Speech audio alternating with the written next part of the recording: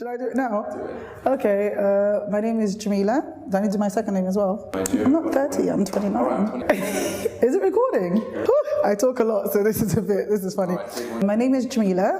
I'm Nigerian, but I was raised in the UK, and I'm 30.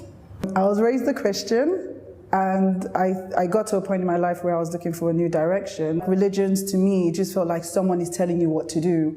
And I just thought, you know what, for me, as long as I pray to God, that's all that matters. And then I did get to a stage where I just felt like I wanted more. It felt like I wasn't connecting as much as I should have been connecting. And to me, Christianity just, for me personally, it wasn't giving me that anymore. And the only thing I could think about was, okay, what else can I turn to? And that's when my sister actually gave me Fortress of the Muslim, or one of those books. So she's like, if you feel this way, read this and read that. So I found Islam at the age of 19. What attracted me most to Islam is the discipline, the 5 times a day praying, just being able to turn to your Lord. After that, I tried to read more about the religion, and I just turned around and I was like, I need that discipline, and I think I just wanted the discipline, and I felt like this was the way forward for me.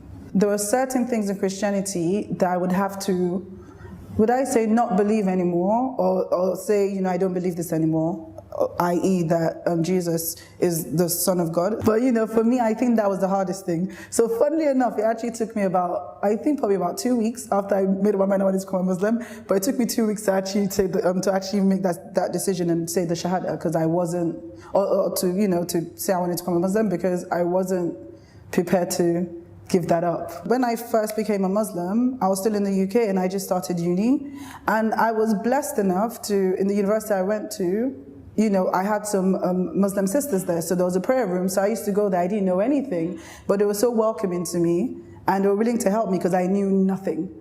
And they were just willing to embrace me and help me understand certain things. And at that point, I'm not going to lie to you, I was like, yeah, I'm ready to cover up, but I didn't. It took me a while to actually start covering up, because I was like, yes, I'm ready. And then I was like, actually, maybe not now, maybe another time. Let me try and do this first, perfect this, and then maybe I'll get there. People think it oppresses you, but it doesn't. I think personally gives you respect. The way people deal with you, I found a difference in the way people dealt with me. Like there's more respect for you as a woman. You know, not saying that, you know, I'm not trying to say anything. This is just my journey, my story, what I noticed. The way people deal with you, the way people act with you, and even the way I try to do things. I remind myself, remember, Jamila, you can't go to this place, for example, you're wearing the hijab.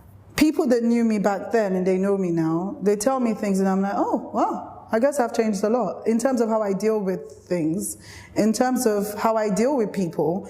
Like before, you know, once something is really, once I hit a, you know, roadblock or something happens, I just crawl into a shell and I just, you know, there are times when I'm like, you know what, like, I don't even want to do anything. I just want to be in my misery, because this is my misery, was all about, you know, how I was feeling. And I remember I had a friend that said to me, I'll complain to her about something and she'd be like, pray. And I'm going to tell you, the first time she said I wanted to strangle her, because I'm like, I'm trying to talk to you and you're telling me to pray? What is, you know, like, come on. And there was a day where I said to pray, and the more I prayed and the more I turned to the Lord and the more I just try to understand more how beneficial the religion is, and just praying and just understand, like, basically the religion, there's like they say in the Quran, for example, for every struggle you're going through, there's something in there that relates to it, if you open your heart to relate to it. Because I've read the Quran so many times, and there are times when I'm reading something I'm like, skip it, you know, because I didn't want it to apply to me. But you find that the more you get into the religion, the more you get into, you know, the deen, you go back and you're like, you know, that actually applies to me, and I'm able to apply that to my life.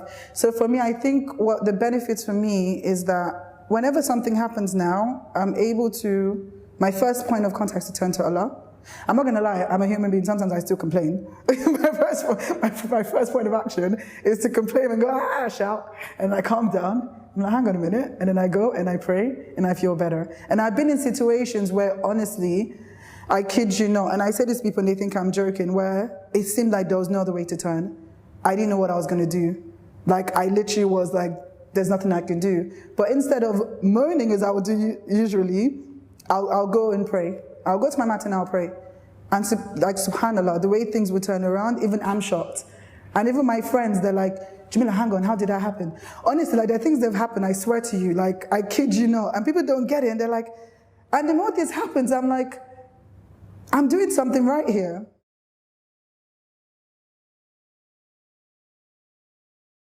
Don't block yourself, just take one step. Take one step in any direction. If there's one thing you can give up today, anything, no matter how little you think it is, but you think it's something that'll bring you closer, take that step. If for example, you feel like, even just talking to somebody more about the religion and becoming closer, that's a step.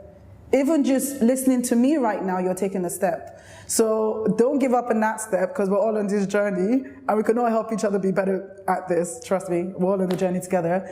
And we can get there in the end, inshallah. It's just one step we have to take.